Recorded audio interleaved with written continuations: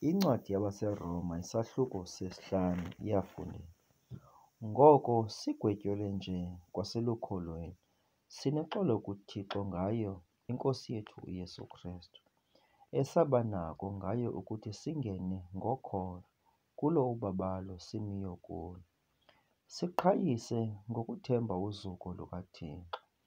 Asikokuphela ke oko, sizingca nangeembandezelo ezi, sisazi ukuba imbandezelo isebenza unyamezelo, unyamezelo ke lusebenza ucikideka, ucikideka ke kusebenza ithemba, ithemba ke alidanisi, ngokuba uthando lukaThixo luthululelwe ezintliziyweni zethu ngoMoya Oyingcwele esamnikwayo.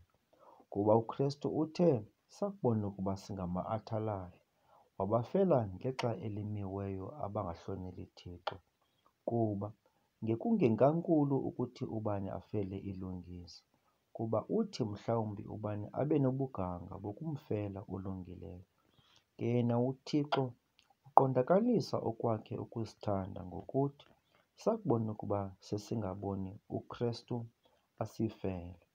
Kwakukhona sigwetyelwe nje ngegazi lakhe, siya kusindiswa ngaye kuyo le ngqumbo, kuba xa sithe besiziintshaba nje, saxolelaniswa noThixo ngako ukufa konyana wakhe, kukhona saxolelaniswa nje, siya kusindiswa ngobomi bakhe.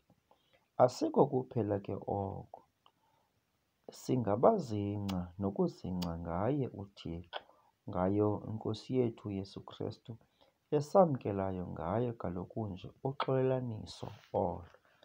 Ngenxa yoko, njengokuba isono sangena ngamntu mnye ehlabathini, kwangena ke ukufa ngaso isono, kwaza ngokunjalo ukufa kwatyhutyha abantu bonke, ekubeni bonke bonayo, kuba kude kwakho umthetho kukho isono ehlabathini, sibe ke isono singabalelwa mntwini kungekho mthetho.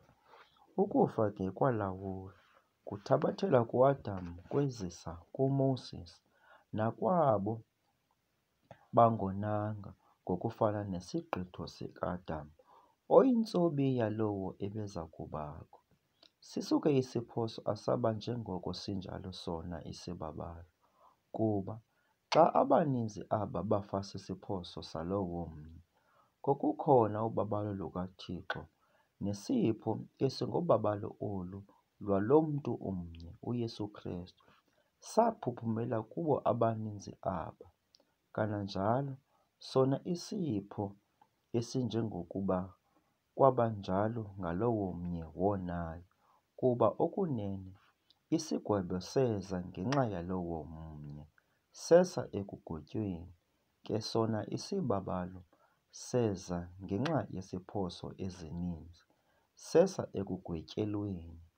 Kuba xa kwathi ngesiphoso salowo mnye ukufa kwalawula ngalowo mnye, kwakukhona bayakuthi aba bakwamkeleyo ukuphuphuma kobabalo, noko kuphiwa ubulungisa, babe nokulawula ebomini ngaye lo umnye, uYesu Kristu. Ngoko ke, njengokuba kwathi ngasiphoso sinye kwabakho ukugwetyelwa kwabo bonke abantu, ngokunjalo kothi nangezenzo esinye sobulungisa kubekho ukugwetyelwa ubomi kubo bonke abantu.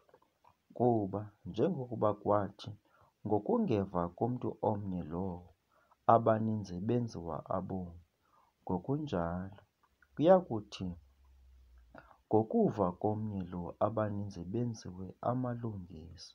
Ke kaloku umthetho wangena nawo ukuze isiphoso sande, ke apho sandayo isono, lwaphuphuma ngakumbi ubabalo, ukuze njengokuba isono saba nokulawula ngokufa, ngokunjalo nobabalo libe nokulawula ngobulungisa, luse ebomini obungunaphakade ngaye uYesu Kristu, iNkosi yethu.